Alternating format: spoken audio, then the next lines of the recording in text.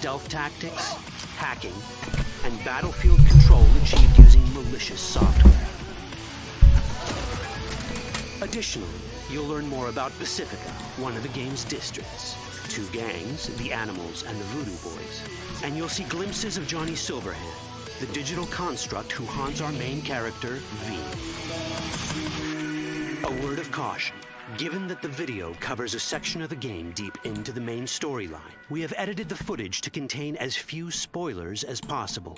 Be aware that the gameplay as presented does reveal characters and locations you'll see while playing the game's main story arc. So watch at your own discretion. В общем, нам пока рассказывали о предупреждениях. Смотрите на свой собственный страх и риск. Потому что вы можете отспойлериться. We're currently in Pacifica, one of Night City's 6 unique districts. 6 уникальных районов. You guys aren't exactly great at rolling out the welcome mat for outsiders. It was designed to be a tourist hotspot within the city. As you can see, this didn't pan out. When uncertainty struck the global economy, investors pulled their funding, leaving most establishments unfinished. It's one of those places where expectations and reality collided, resulting in a heap of disappointment. Ongoing gang wars plague this part of the city. Outsiders don't come here if they don't have to. Сюда аутсайдеры не приходят. Dangerous to those unfamiliar with it. Опасно, потому что. Taking a casual stroll here would not be a good idea. A fast motorbike or armor-plated car would be the safer option. But places like this have their advantages. В таких мест есть свои преимущества. Вы можете получать различные дополнения для себя, которые типа неофициальные. Может, украденные. В общем, Пасифика потеряла свои вклады, и теперь этот район не стал шикарным, он стал помойкой для всяких элементов.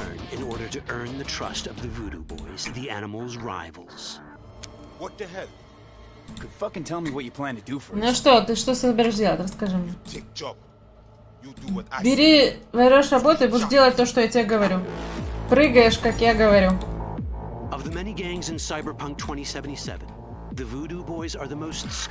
Вуду самые скилловые, чтобы использовать сеть.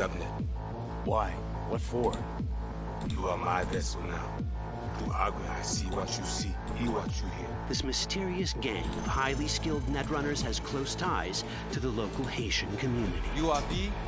В общем, хакеры везде следят за местным комьюнити. Natural disasters struck their island and forced them to emigrate en masse. The Voodoo Boys gang formed around this same time, though at a smaller scale. Now the gang effectively rules Pacifica. Теперь они возглавляют Пасифику. Voodoo Boys не... Обычно с нами такими, как мы, не работают, но сейчас они делают исключение. Чтобы заслужить их доверие, нужно что-то для них сделать. Нужно пробраться куда-то к ним. 2035-07. 3 seconds before, poof, the camionette. We try to learn where the camionette come from.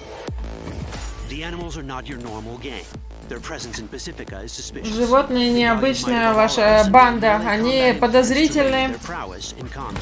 Their beverage of choice is juice, a potent strength and speed-enhancing concoction. As sought-after bouncers, they're usually dispersed throughout town. As skilled street-level business types, they've cornered the market in illegal substances and underground live-or-die prize fights. When they converge in one spot, it's for something big. It's then they appoint the fastest. Когда они покидают свое место, то это обязательно для чего-то большого и важного.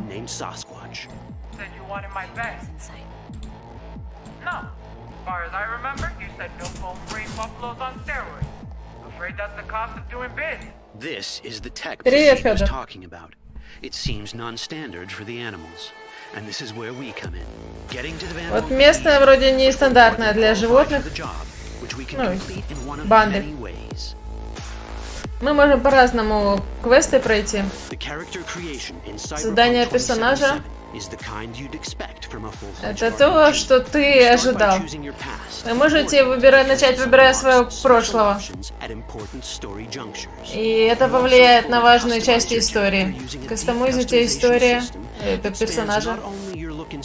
Только не то, как вы выглядите, но ваши возможности.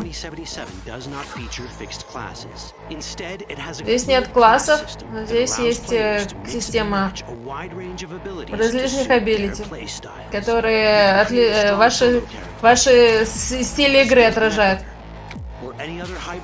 Взлом, всякие разные нападения, всякие разные возможности.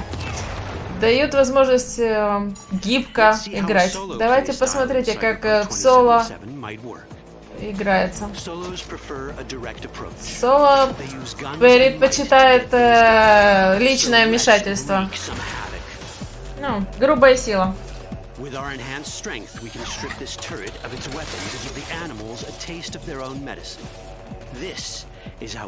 И вы дадите этим животным почувствовать ее собственное оружие. Давайте сами откроем дверку. Вы можете использовать врагов как человеческий щит.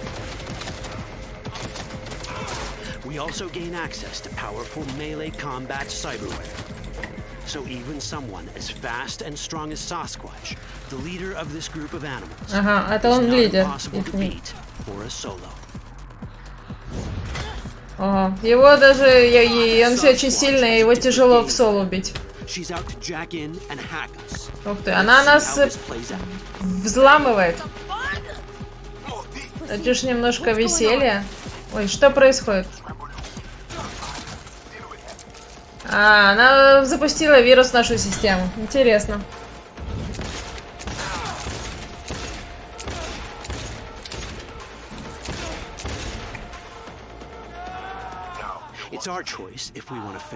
Это наш выбор. Убить ее или пощадить. Но здесь правят ваши правила. Вы решаете, жить или умереть. Ну и теперь давайте поиграем за нетранера, за хакера. Вы решаете, что все предметы будут за вас делать тяжелую работу.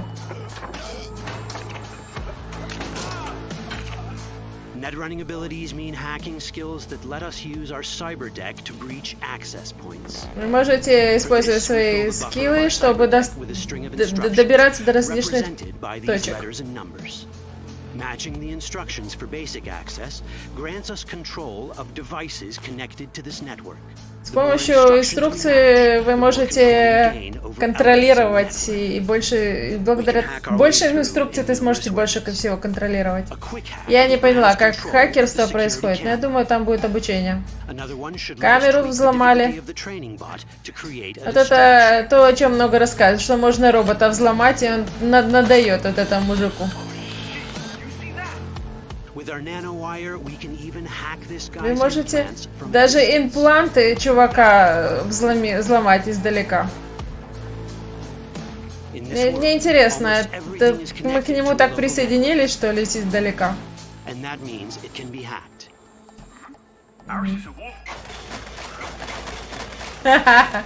Даже автоматы с баночками можно взломать и проползти мимо. Это возвращает нас обратно в киберпространство. Вы не можете там ничего делать незамеченным. Там всегда кто-то за вами следит. Корпорации, всякие наблюдатели.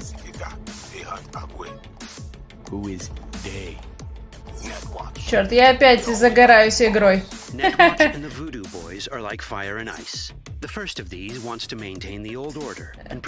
Корпорации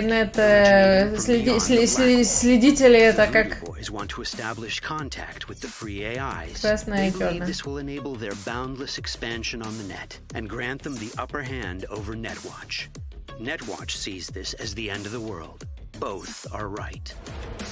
Netwatch смотрит за этим как за концом света. В общем, Я так понимаю, что это типа местная полиция и местная корпорация, они там следят за этим виртуальным пространством. Непонятно, кому можно доверять.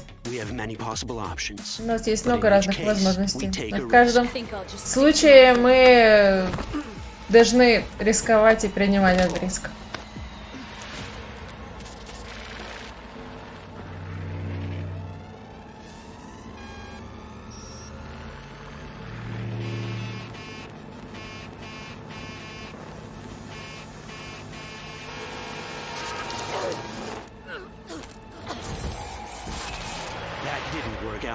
Ну что, все не прошло хорошо. В мире киберпанка не все вещи пройдут так, как планировалось.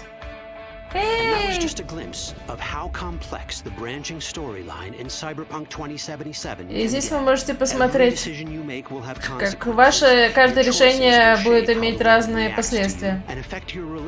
И повлияет на ваши отношения с теми, кто вокруг вас. И с некоторыми у вас будут особые отношения. Джонни Сильверхенд.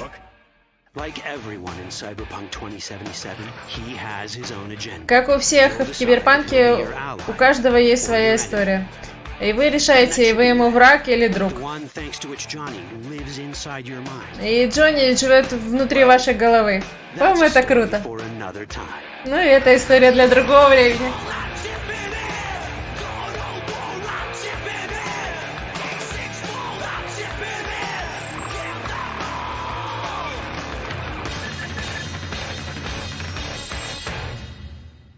Все. И только кот в тишине храм-храм делает. Ну, возвращайтесь, нам есть много о чем поговорить. У нас есть 3 очень важных человека.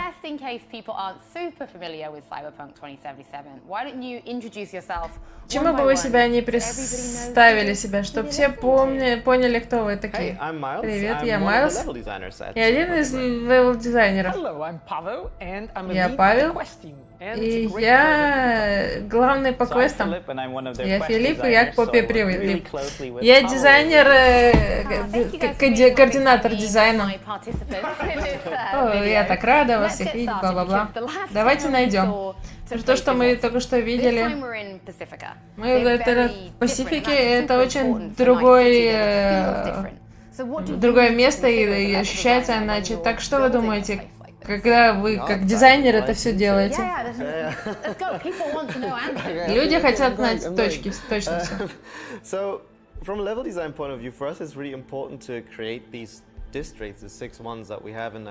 Очень важно было создать эти 6 районов очень разными, насколько это вообще возможно.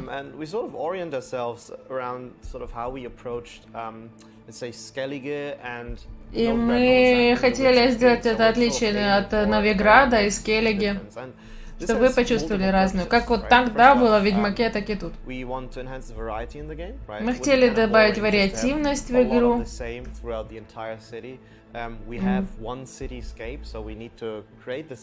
У нас был всего один город, поэтому надо в нем сделать большую вариативность. И у нас должна быть какая-то штука для навигации. Когда вы движете вокруг города, вы должны знать и понимать, где вы находитесь. Ну, знаете, такие обозначения были. И мы добавили свои твисты, повороты всякие. И мы познали, что Пасифика это достаточно удолбанное место. И что я имею в виду? Понятно, что оно вообще выглядит как почти апокалиптически.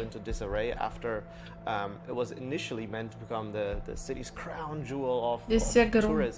Оно было рассчитано на большой туризм, но вы видите, что все это не очень получилось, насколько они там разорились. И поэтому этот район получился недоделанным. Очень такой много пустынный. Ну и получилось очень опасное место. И вам не нужно туда идти, если вам не очень нужно. Не стоит туда ходить. Привет, художник, за помадку не задонатель. Не надонатель на помаду.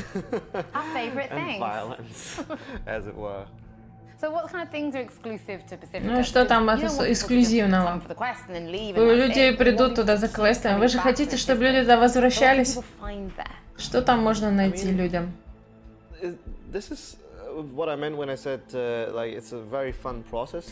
Знаете, я говорил, что это очень веселый процесс. Создавать такое место. Рождать вещи. И вы там все еще найдете, что люди живут. Там большое христианское комьюнити. Ну, религиозное. Там есть различная доминантная банда. В Пасифике это Вуду, парни Вуду. И они очень интегрированы в комьюнити, который там живет. Они не обычные банды местные, но они специализируются на киберпространстве, они помешаны на тайнах киберпространства. Интересно.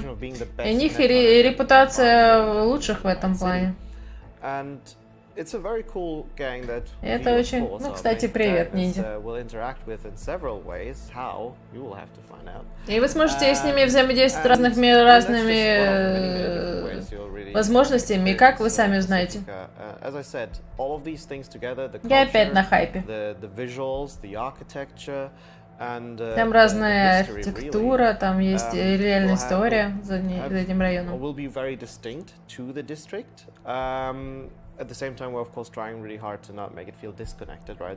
Мы хотели, чтобы вы чувствовали не отстраненно, а вы чувствовали, что люди там живут, и мы все это встраивали. У вас будет очень уникальный опыт. Если вы смотрите на истории об этом месте, она всегда должна вписываться в место, сайд-квесты. Они должны там расположены, они всегда рассказывают истории комьюнити, людей, которые там живут. И там такая страстная комьюнити. И изменения в этом районе очень сильно влияют на комьюнити. Некоторые приехали туда, чтобы строить этот район. И они там были брошены, когда корпорации не смогли сделать эту Пасифики. И они создали свою комьюнити там. И они стали основой для истории, которую мы там рассказываем. И вы должны больше узнать о них и о квестах, которые там есть. No. So how do you design a non-linear level? You've got the building, you're thinking, right, well, the person who's playing on their game, they might have a more techie style. Вот когда вы делаете уровни, как вы их делаете? How do you design levels for all these different play styles? Anything's possible. Спасибо, ниндзя. We do give the player a lot of different tools to use as you go through a level, and that makes designing these things quite complex. Да, говорит, создавать всякие разные вещи там довольно сложно. Но все зависит от ментальности. Может, вы мне поможете вернуться, вспомнить, как это было в разработке? Иногда. And to really sort of, we came up with this example to sort of establish this kind of mentality that we wanted to have when we approached our level designs and the way we do. Мы учитываем ментальность людей, когда делаем эти уровни.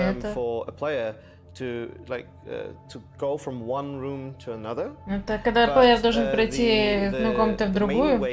Главная дорога, путь. Она будет просто как дверь. Там будет сканер или какой-то девайс, в общем, неважно.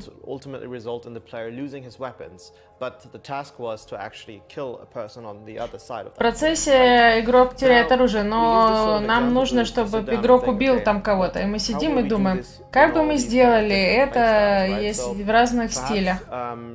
Возможно, одним путем было, что охранник был за дверью, просто как социальный проход, или просто вызвать парня. Как вы можете пройти через дверь, внимание оружия? Это обычно людям просто не важно. Они просто заходят и дают в морду парню, который там стоит.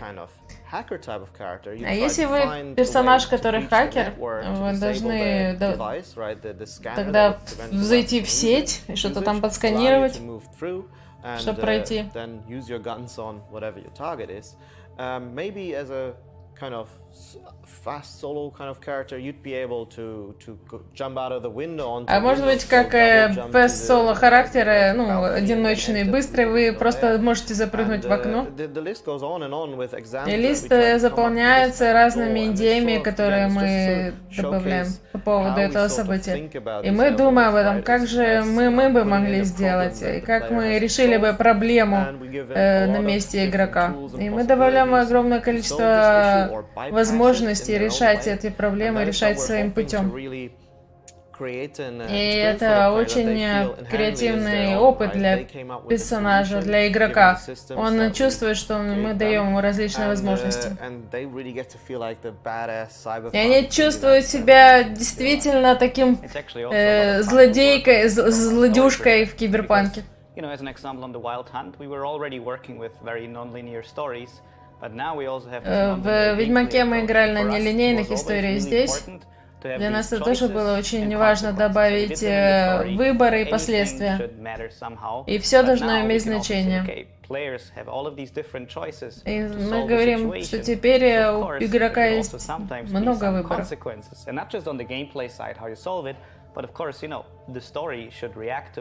И история должна реагировать на это все.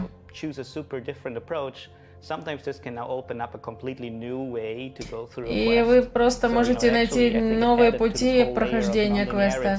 Это новые уровни нарративности, новые уровни, которые мы дополнительно должны делать. Это был вызов для нас. Это очень функционально, это очень круто. Приходите и делать все эти идеи.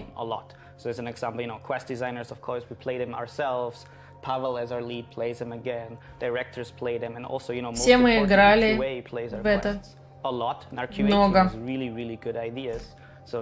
И было ли у нас очень много хороших идей. Что бы я хотела делать в этой ситуации, мы думали. Что бы мы сделали. И мы общались об этом и снова и снова проходили через эти миссии, чтобы решать новые пути, новые возможности. Интересные последствия в каждом. Боже, это так круто! Мы хотели дать свободу игрокам, но не хотели давать сильно много. От этого мы играли, делали уровни. Игрок должен иметь свободу создавать персонажа и ощущать последствия своих создания персонажа, выбора оружия. Все это должно влиять на то, как вы играете в эту киберпанковую фантазию. Мы видели мотоцикл в демо, машину. Можете рассказать больше о том, что будет больше всяких средств передвижения? Да, я могу сказать. Есть много разных мотоциклов.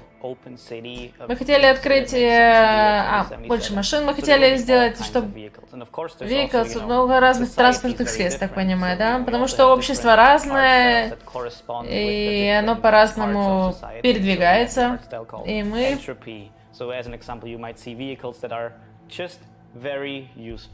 Вы можете увидеть там всякие транспортные средства, которые могут быть очень удобные для вас.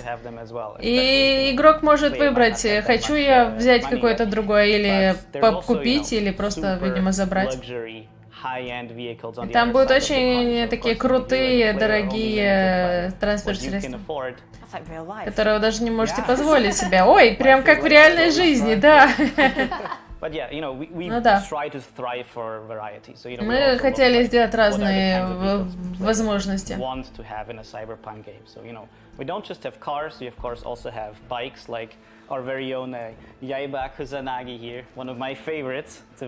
Тут мы вообще сделали этот мотоцикл. И там есть некоторые очень клевые мотоциклы с сюрпризом, которые не хочу вам спойлерить. Но они очень, отрывая их от сердца, они очень классные сделаны.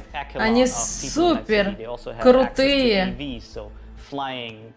И даже летающие машины. И можете использовать как игру.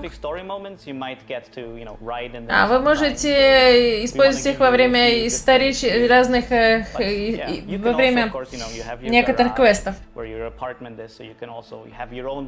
вас будет квартира, где вы можете сохранять ваши средства передвижения, которые вы даже украдете, я так понимаю, да? Ой, ну и как много их может быть? So Night City is massive, and that's like a point we're really trying to make. It's a huge, huge city, and you can't Night City большой город. Explore it by foot, right? You could just walk. Вы можете просто ходить там, да? Или ездить. Вы, наверное, очень сильно устанете, если будете ходить. Это довольно большое место. Вы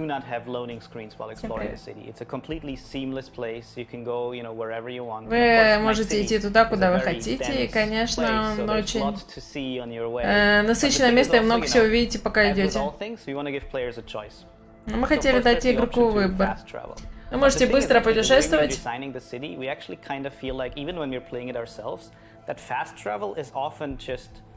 И мы, когда играли, мы поняли, что мы не хотим быстро путешествовать. Мне нравится все это рассматривать, смотреть, какие там есть истории, взаимодействие. Там в каждом углу что-то для вас есть. Я немного там ходил, я просто использовал свой мотоцикл, немножко музыку включал. И над этим городом, в общем, очень классные планировщики города работали. И мы работали, как там работает трафик, и как там органически могло движется, по-натуральному движется движение машин, как это все вот передвигалось. Вообще, наука о передвижении машин есть целая. Ну, не наука, а люди это исследуют. Как правильно планировать в городе движение машин, чтобы было без задержек. В Украине такого нет.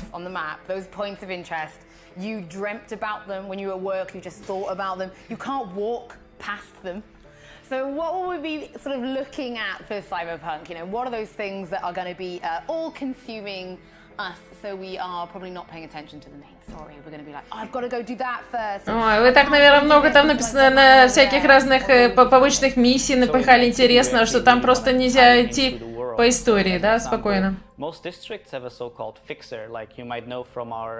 Очень много из этих районов есть таких фиксеры, решалы, которые могут давать вам работы.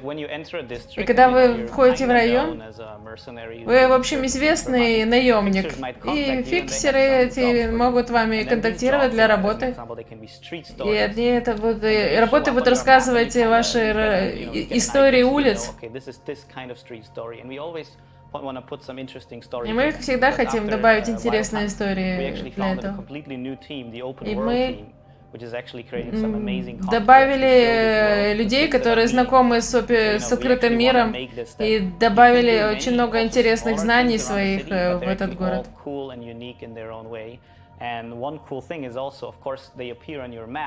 But the map in the game is actually properly immersive. It's that really cool looking point. У вас будет очень какая-то крутая версия на карте, и вы сможете увидеть там кучу всяких квестов. Это не просто игрок видит, это ваш персонаж видит, потому что он этот наемник, и мы хотим показать вам полное погружение.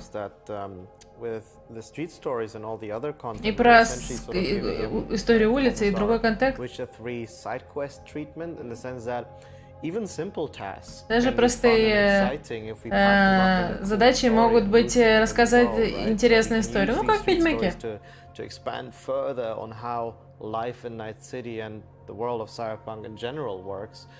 Показывает вам, как работает, как люди в этом мире общаются друг с другом, как работает мир. И вы смотрите, как обычная жизнь в этом городе выглядит. И для нас это очень круто. По-моему, да, это способствует погружению.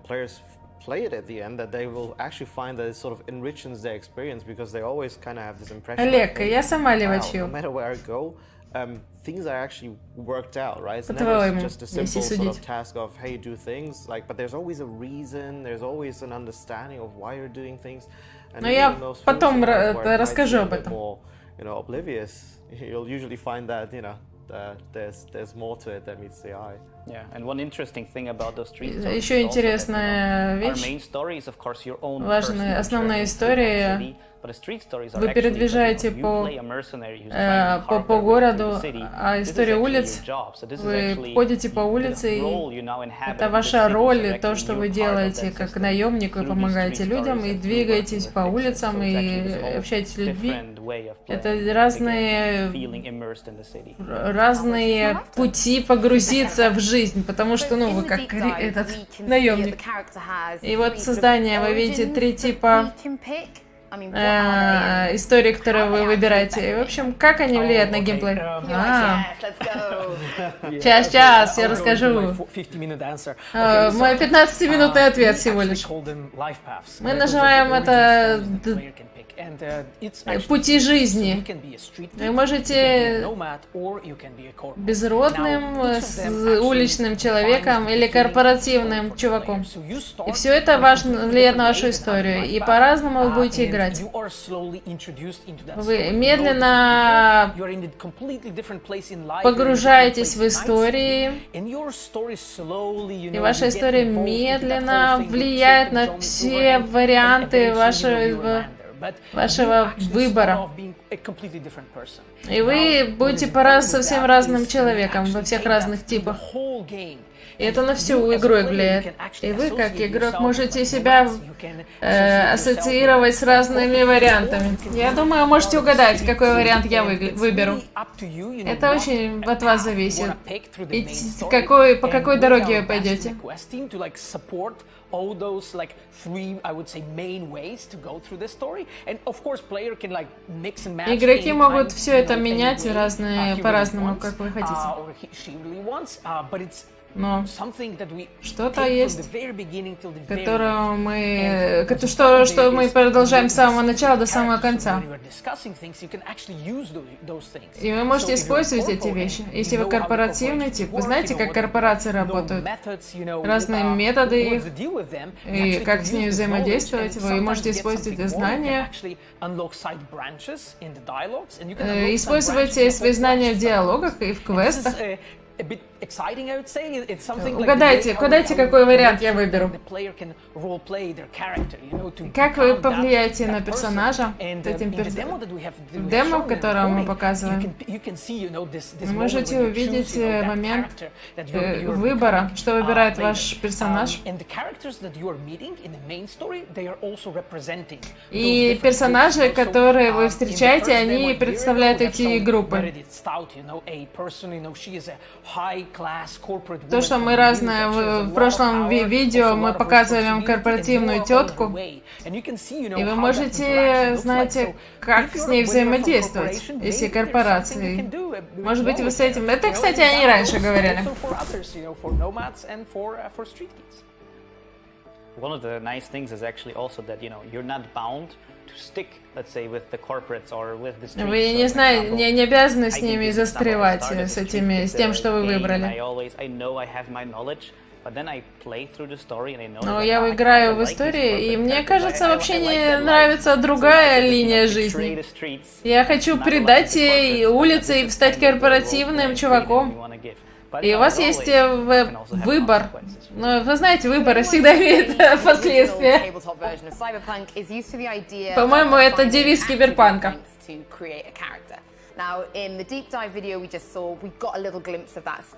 Нам немножко показали, как создавать персонажа. Показайте мне понять, как это все работает. Как человек вы создаете персонажа в самом начале, и вы смотрите основные характеристики персонажа. Сколько много у вас рефлекс, какая у вас крутая строение тела, насколько вы крутые. Но затем, когда у вас есть эти атрибуты, у вас также есть скиллы. Скиллы влияют на вашего персонажа.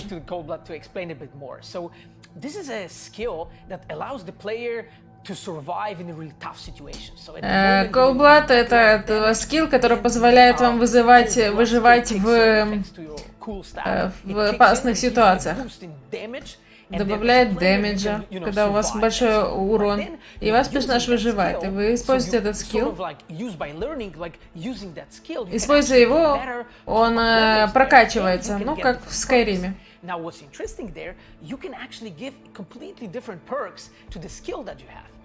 И это добавляет разные перксы к скиллу, когда вы его используете. Атлетика позволяет вам переносить мертвые тела, например. Если вы кого-то убьете, засунуть в холодильник или в корзину. Но как персонаж вы, скорее всего, будете медленно двигаться. Но если у вас есть специальный перк, который вы добавите сюда, вы можете активнее двигаться с мертвыми телами, потому что вы атлетически прокачаны. У вас есть атрибуты, у вас есть скиллы, и у вас есть перки к ним. И это все позволяет создать вашего абсолютно крутого персонажа. Многие люди делают, как круто вы выглядите, какой персонаж вы оденете. Но это же не все основано на стиле. Но знаете, стиль в киберпанке очень важен. Но крутость — это означает, насколько вы контролируете свое тело. Потому что если вы стреляете, у вас будут трясти пистолет, если вы не крут. И когда вы крутые, у вас есть дополнительные возможности. Когда вы общаетесь с людьми, насколько вы там харизматичны, это все может поменять.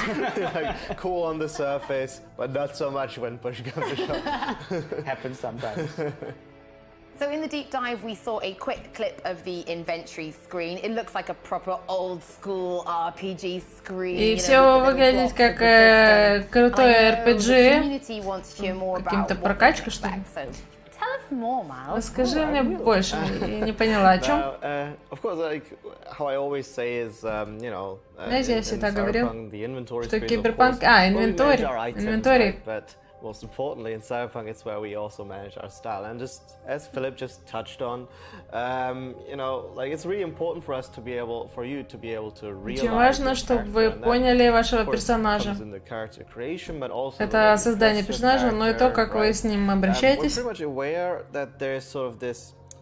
В большинстве РПГ есть разрыв связи между статами и айтами, и вещами.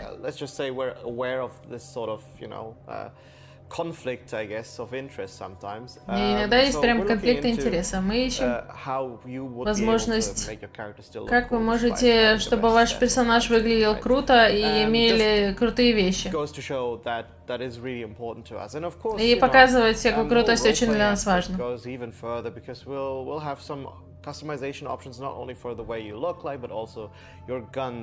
И не только как вы, но и ваше оружие, как ваш инвентарь выглядит, как ваши есть разные крутые возможности убивать людей или проникать куда-то.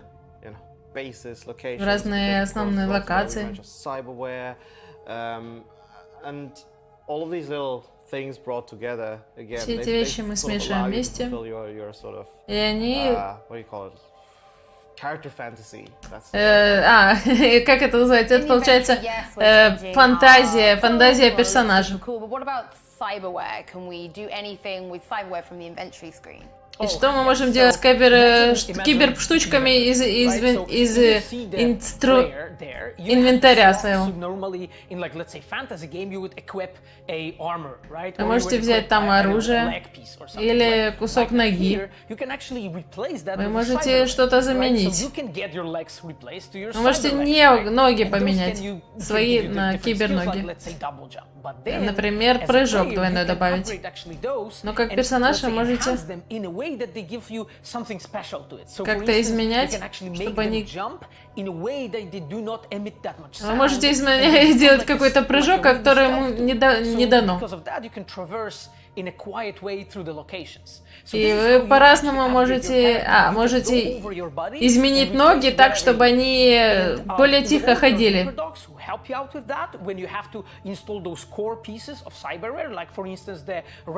Можете их сами добавлять, наверное.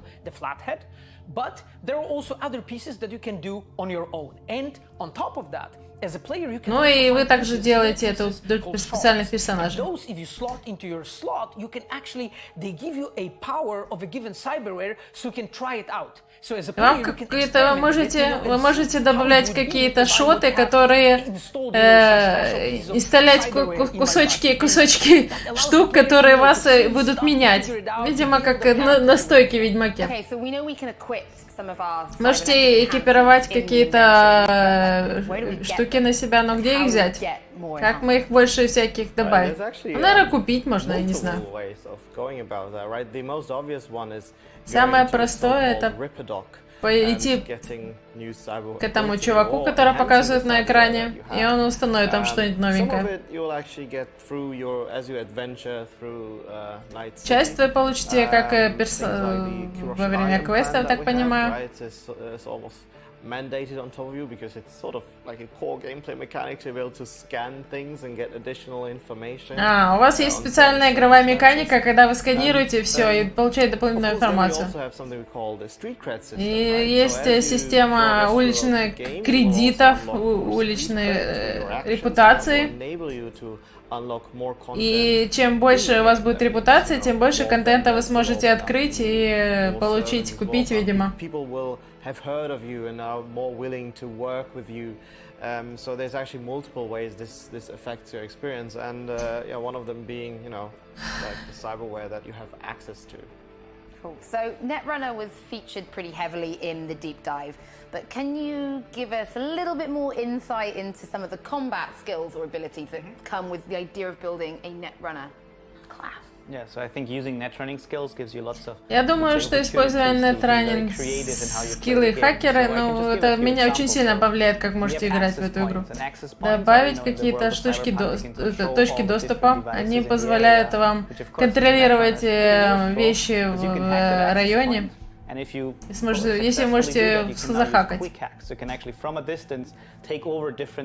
И у вас есть какой-то быстрый хэк, который вы можете добросить свою штучку к камере и взломать ее.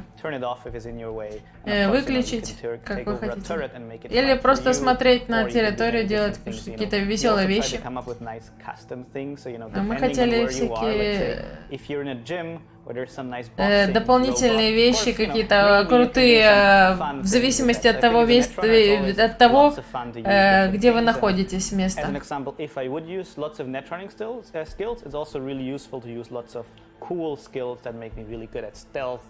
И я также всякие скиллы хакера, это хорошие скиллы стелса, отвлечения. Это то, что нам показывали. Знаете, Нетруннер не просто стелс, он и крутой, агрессивный персонаж тоже может играть. У вас есть нано всякие штучки, которые вы можете взламывать врагов с расстояния. Знаете, большинство людей хотели бы такую штуку иметь. Можете контролировать.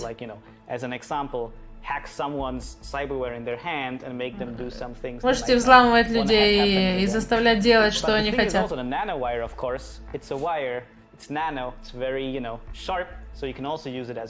И вы можете использовать эту нано-штучку как оружие и в бою. Это ваш выбор, как играть. Вы сможете, если вы хотите играть, не убивая людей. Есть такая возможность.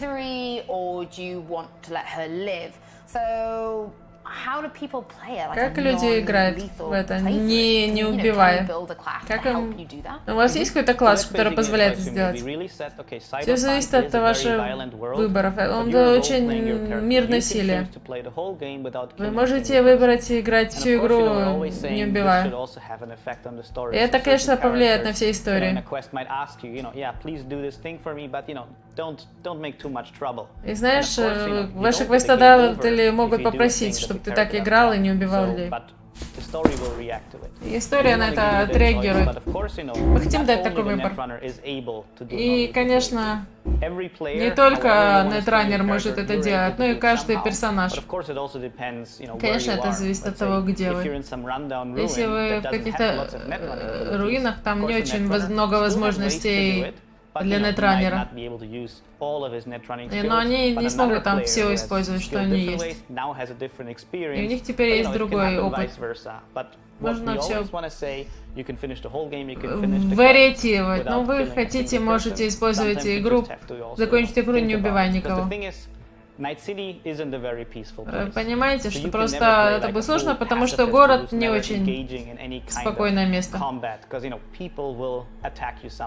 И люди будут вас иногда нападать, но вы можете выбрать не убивать. Ну, понимаете, как в реальной жизни. Не важно вам всех людей постоянно убивать, вы можете выбирать, что делать. Мы очень сильно пытались не наказывать людей за всякого. You know, like a more aggressive versus a more subtle kind of approach, while NPCs might sort of have certain wishes for you how to approach a situation. They will never outright punish you for not, you know, sort of doing their wishes. Мы хотим, чтобы не наказывать персонажа за желание NPC.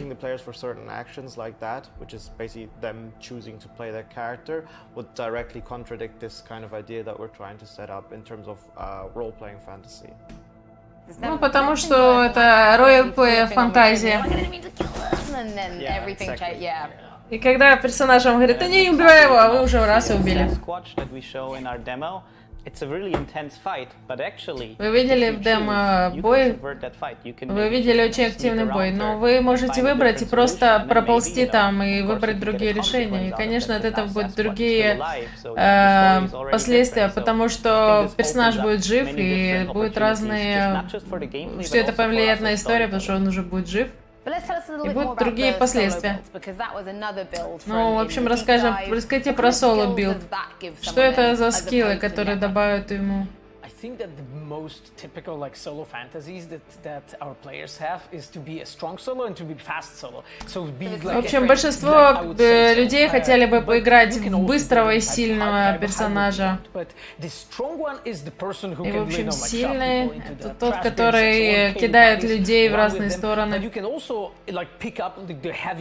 Но вы можете поднимать тяжелое оружие, использовать его. Мы показывали это в записи, когда Ви просто взяла пушку, открутила и на всех стала стрелять.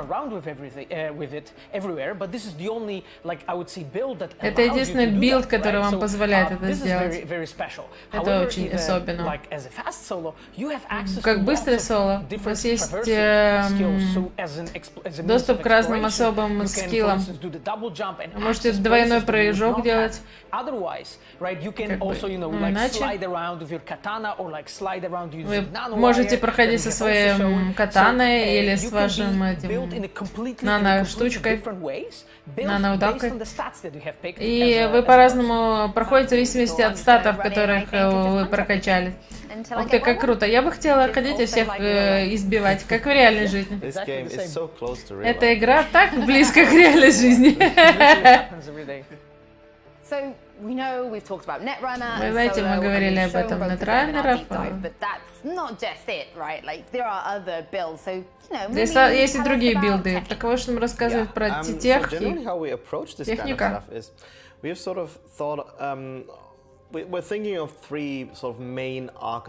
Мы подумали о 3 основных архетипа, которые будут Netrunner, соло, которые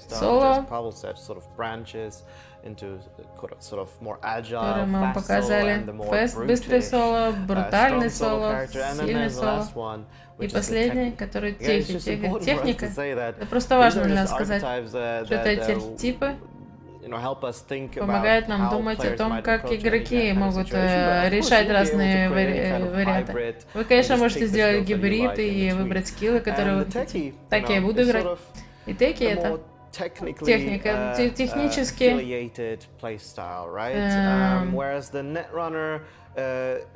Он инженер, он так понимает.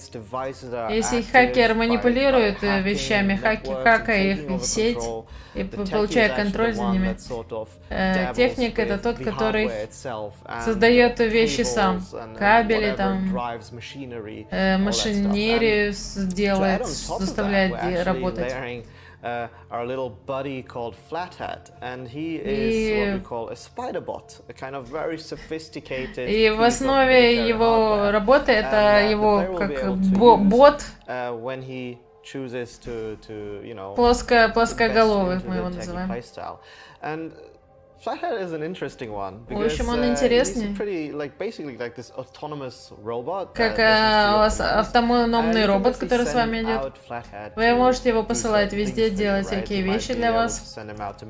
Посылать, манипулировать всякими вещами.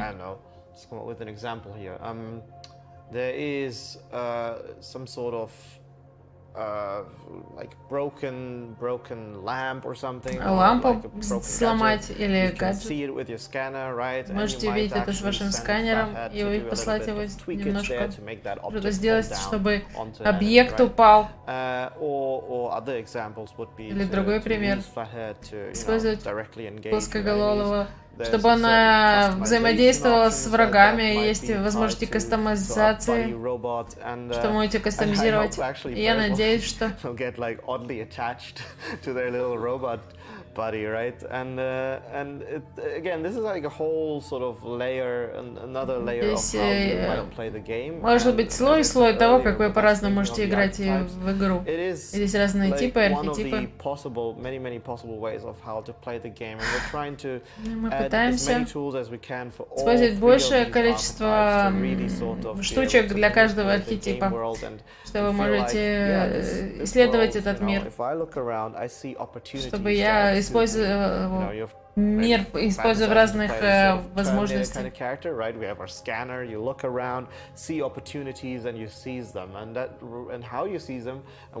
То, как вы видите разные возможности, то для вас и важно.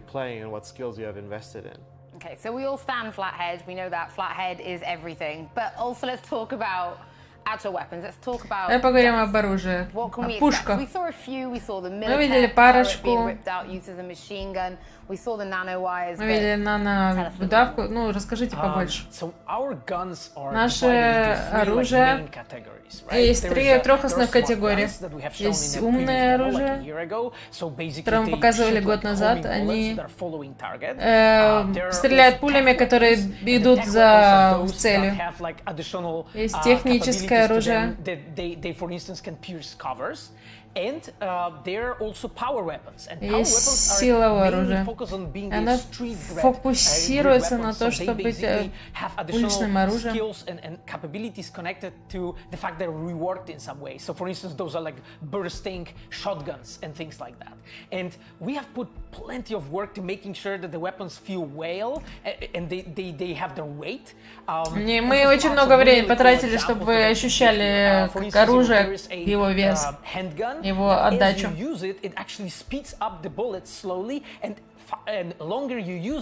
Чем больше вы используете одно и то оружие, тем оно больше прокачивается, у вас больше дэмэдж, оно лучше стреляет, быстрее. У вас будет какая-то компания, вам нужно бороться с киборгами.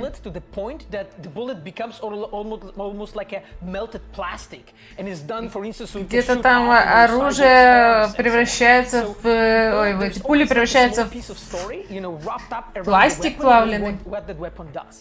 And what's interesting here, I think, is that you can also use like a second firing mode for a weapon. У вас есть какой-то второй режим для оружия, но не все его есть, но некоторые имеют его. When you use it in a specific way, it changes its way, it like collapses together, and then it allows you to pierce up the covers and shoot through the walls and shoot the enemies like that. Or you can, bounce bullets off the walls, right, using the ricochet. Вы можете использовать по-разному, там, пробивать стены, использовать рикошет. В общем, можно менять всякие разные возможности. В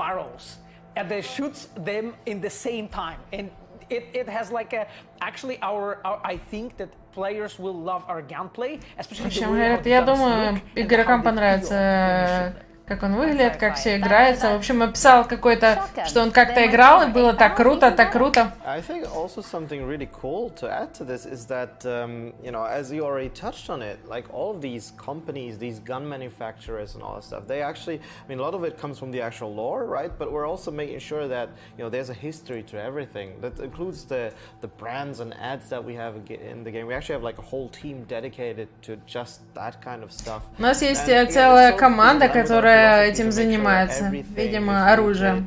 И у нас всего, что есть в этом мире, есть история, есть... Мы вписываем в мир это, чтобы все имело объяснение. И чтобы вы чувствовали, да, это место существует, мы чувствуем, что оно живое. Блин, какие они крутые. Also, actually, one of the cool things we also have is we have lots of different melee weapons. У нас очень много ближнего оружия. Если вы найдете просто разбитую бутылку, можете использовать ее в бою. Если вы можете кидать что-то там еще. У нас есть специализация. Специализация на этом оружии. Может быть, вы хотите поиграть на киберниндзю. У нас есть катана, есть специализация для этого. Есть кибер... штуки, которые позволяют вам открывать двери, но это позволяет вам очень сильно бить людей. Но используя ваше ближнее оружие, and essentially it slows down time for you because your reflexes get boosted. So now you have super. В общем, используйте какое-то оружие, которое ускоряет ваши рефлексы и замедляет все. Представьте, что вы катаной это все делаете и всех разрезаете. Это ощущает очень круто. Контролировать все. Видите, как в демо. Because the animals have reflex boosting cyberware as well. So actually sometimes when they're coming towards you in melee, they zip around really fast. That's what that is. Exactly. И говорят, что у них ускоренные рефлексы, у этих банды звери, и они, вы видите, как они очень быстро двигаются. И это выглядит очень страшно. И какое у вас любимое киберштучки? Oh, I think that at least for me, I think those are gonna be mantis blades. I think that's the best one. We have shown how it looks for the player, how it feels when you use it. Ощущается классно для врага. something для of a игрока. It's very poetic, I would say. Очень поэтично. Yeah, and in other cyberware, I think that I would like it's more story related. It's Mr. Stud. I will let our Еще players Мистер Стад. Мы надеемся, что игрок поймет, что я имею в виду. For me, И для Phil меня already took it away by taking the strong arms earlier and the Sandavistan, so bit of a greedy dude over there. No, but so I guess technically the cyber deck is a side piece of cyberware, right? That's the one that actually allows you to breach into networks, take over control, входить в интернет и контролировать, хакировать, хакерскую магию делать. Like in the gameplay, we show how you can not only manipulate this И вы тоже можете не манипулировать не роботами, но и другими штуками. Like the bench press that we showed there, and it goes even further than that, right? If you combine that with Если комбинировать like, for example, это с nanowires, but also you can look наноштуками, from closer up, you can actually breach into можете like, взламывать internal network by hacking directly into the personal links of enemies. Персонажи взламывать персональные эти вот связи and to essentially врагов. the cyberware that is attached to people's bodies, right? So imagine a scenario where, you know, you're a netrunner kind of Представьте, что вы хакер, который всегда взламываетесь куда-то, и все происходит плохо, и теперь вы в бою, и, конечно, круто, вы можете подготовиться, вы можете предположить, что все может пойти плохо, и вы взломали эту всю команду, и эти враги на вас нападают, и вы используете свой сканер, и смотрите на них, и видите, что я уже взломал их безопасность, и могу заложить туда в них вирусы, и чтобы не делать совсем что-то другое, то, что они не хотят. И мы атакуем их. И мы, если у них есть граната встроена, мы можем ее заставить взорваться. Alternatively, we also have one that you can actually use to basically make enemies finish themselves off, right? They'll shut themselves down. И можете заставить врагов самих себя застрелить. Потому что мы увидим, как они сражаются с рукой, это круто. Basically becoming this cybernetic god as soon as you take over a network, and it really is something that, you know, feels so different from the other play styles. Знаете, это очень иначе выглядит, ощущается, чем другие стили. When it comes to that, I think that ultimately, я думаю, and pardon me for being a bit buzzworthy about this, but like this will really make each playthrough very unique to players, right? Not only позволяет всем очень уникально играть. Да. То, как вы говорите, взаимодействуете с людьми. Если вы посмотрите все эти разные выборы, которые вы выбираете в игре, и они по-разному и ощущаются. That would be the more less obvious one, because as a netrunner you'll always be sort of having your cyber deck, because otherwise you could not be a netrunner. And then I think I've mentioned before in another video of sorts. Видите, что я упоминал раньше, что мне очень нравятся нано-провода, которые в руке. Это... Вы видите, вы поняли, что я предпочитаю, кем играть. Не волнуйтесь, это не влияет на мои дизайнерские решения. You know, like whereas the regular netrunner can обычные хакер могут вламываться в нетворк, это нападая на врагов и взламывая их. Провода позволяют делать вам это с расстояния. И знаете, так круто. We've been doing this for a bit. There's actually, you know, no playstyle that is sort of meant to be played in a certain way, right? We don't go, okay, the hacker kind of character, he's the stealthy guy, he needs to operate. И мы не заставляем людей играть только одним путем. Мы же не говорим, что вы хакер, вы должны скрываться в тенях, всех чуть-чуть убивать. И вы сами можете играть как хотите именно этим персонажем, стелсом, не стелсом. Просто даем вам штучки, с помощью которых вы можете по-разному все это делать.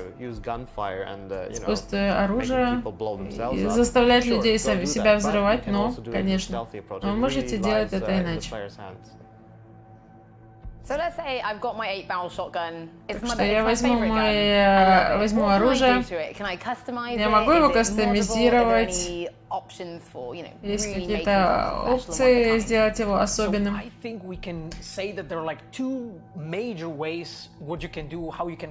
У вас есть два типа, как можете кастомизировать. Один — это кастомизировать внешне, раскрашивать.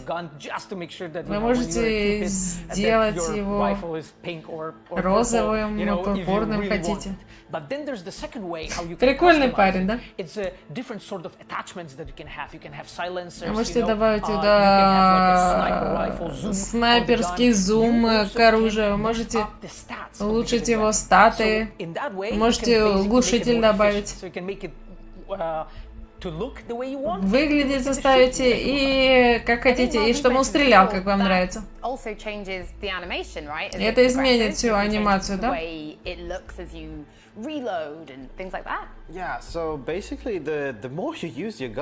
Чем больше вы используете оружие, тем лучше вы в выстрелах. Если вы, наверное, не такой, как я, никакой в оружии.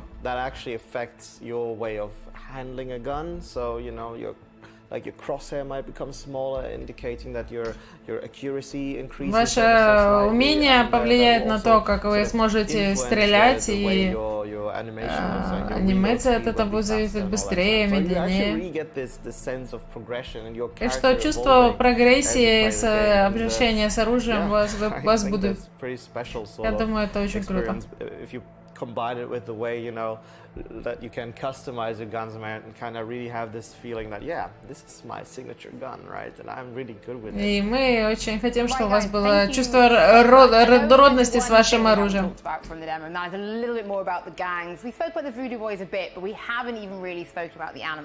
Мы еще не говорили об оружии. Ой, об животных. So I caught up with Mike Pondsmith at Gamescom to ask him who are the Voodoo Boys and who are the animals. Кто такие Voodoo парни, кто такие animals? My name is Mike Pondsmith, and I'm the guy who killed your Cyberpunk characters. And today I'm going to talk to you about two very important things. Сегодня я поговорю о двух важных вещей. Я поговорю о And I'm going to talk about the Voodoo Boys. банды животных и Voodoo парни. Let's take the Voodoo Boys. Так что Voodoo Boys. When I created them Когда я создал их много лет назад, я руководствовался интересной идеей, что случилось, когда кто-то приезжает и пытается принять какую-то чужую культуру.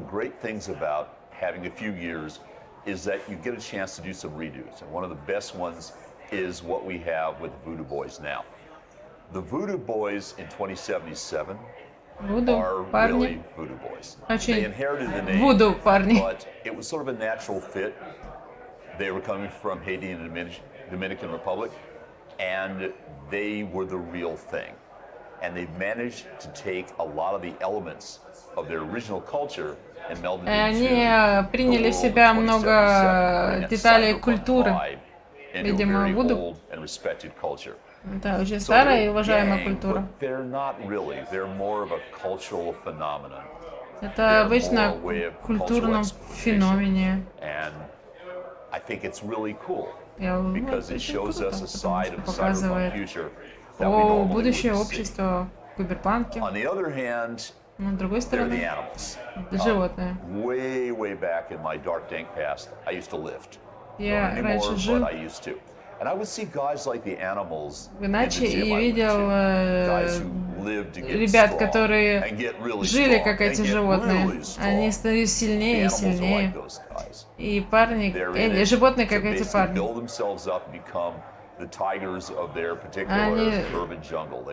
Они хотят быть самыми большими и злыми животными в джунглях, в которых живут.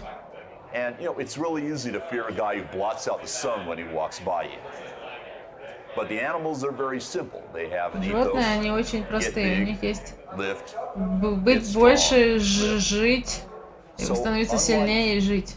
the voodoo boys, who have a Не как culture, Вуду, the animals не как Вуду, у Animal есть вещь. that is interesting because in 2077 you get a chance to see that not every gang is the same as every other gang. И вы сможете увидеть, что не каждая банда, она одинаковая, и все зависит от того, что за люди на улице находятся. As Mike Pondsmith saying, I'm still here to kill your Cyberpunk character. We hope you enjoyed our deep dive into Cyberpunk 2077. Now, don't forget, you can join us on Twitter, Facebook, forums, Присоединяйтесь к нам везде, Discord, даже в ванной. stay up to date on all of our news. Cyberpunk 2077 is launching April 16th, 2020, and is available for pre-order now. Вы можете уже преордер этот на. Cyberpunk, and here at CD Projekt Red, we thank you for watching, your ongoing support, and we can't wait for you to explore Night Мы City. не можем дождаться, когда вы сможете уже исследовать Night City. Наконец-то мы это досмотрели.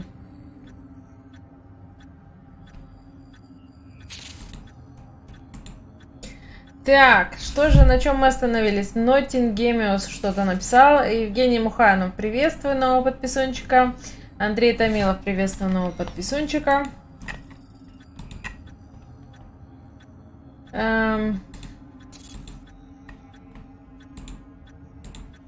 По поводу мультикультурности. Я не за мультикультурность, вернее, как я за мультикультурность, но я против переселения иммигрантов. Так.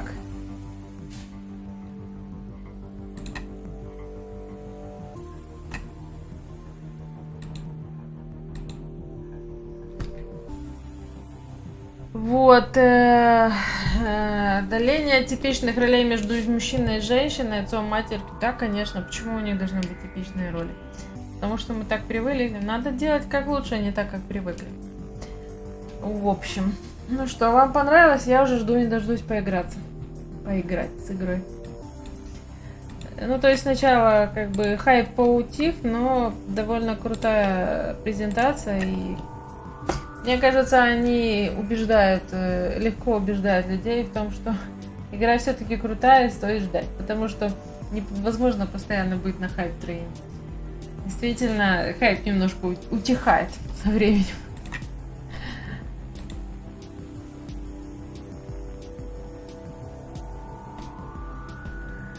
Вот, поэтому то, что они постоянно делают презентации, это немножко поддерживает желание купить.